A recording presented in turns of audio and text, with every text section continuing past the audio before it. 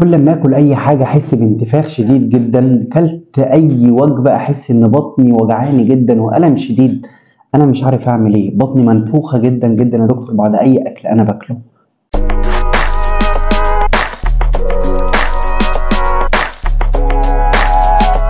السلام عليكم، معاكم دكتور محمد من صيدليه البنداري. اهلا وسهلا بحضراتكم في حلقه جديده من صيدليه البنداري في كل بيت. ايه الفرق بين الانتفاخ وبين الزايده؟ عشان يا جماعه في لغط بيحصل بين الاتنين، ان الواحد بيجي ان يبقى بطنه منفوخه جدا وفي الم شديد جدا جدا في جنبه اليمين، وفي نفس الوقت بيبقى بطنه منتفخه وفيها الم شديد جدا جدا. علشان اتاكد ان اذا كان دي عنده زايده ولا لا، انا بدوس بصبعي في جنبه اليمين وبشيلها بسرعه، مش بضغط وبسيبها شويه، لا انا بضغط وبشيل بسرعه جدا علشان يشوف الالم. لو في الم شديد هتلاقيه بيصرخ، هتلاقي صوته عالي جدا وبيتوجع من كتر الالم اللي حاسس بيه. هنا يا جماعه يا ريت ما ناخدش اي مسكنات نهائيا نهائيا، علشان اي مسكن هيداري على الالم اللي موجود او الناتج من الزايده، وبالتالي هتبقى في مشكله عندي كبيره جدا ان انا اخد المسكن وهيداري على الالم، ومع الوقت هتلاقي ان الزايده نفسها انفجرت في بطنه وعملت له مشاكل اكبر بكتير جدا جدا من اللي في دماغنا. طيب احنا كده عرفنا نشخص احنا لو عندي زايده ولا لا، او نعرف الفرق بينها بقى وبين الانتفاخ. الانتفاخ يا جماعه البطن بتكون مليانه، بتكون منتفخه، بتكون محجره، بتكون في الم شديد، بيحس بتعب شديد جدا جدا جدا في بطنه. ممكن يقول لك عسر هضم، ممكن يقول لك انتفاخ على الفاضي، هو بيجي لك بطنه منتفخه يقول لك الحقني يا دكتور انا مش عارف في ايه.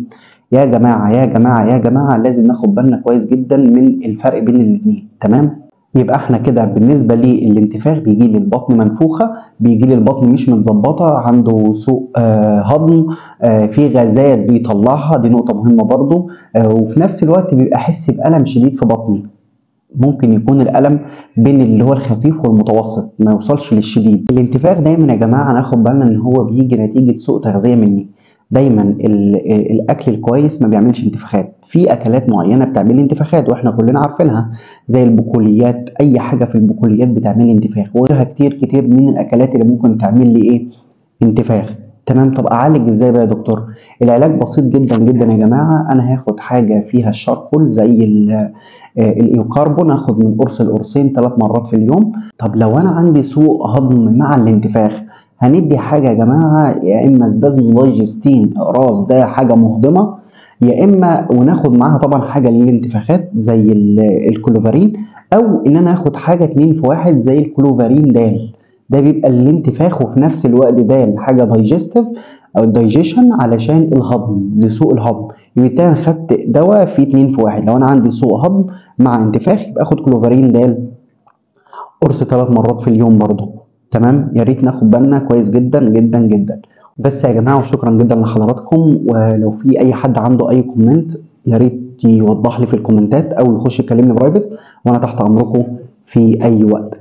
كان معكم دكتور محمد من صيدليه البنداري. السلام عليكم.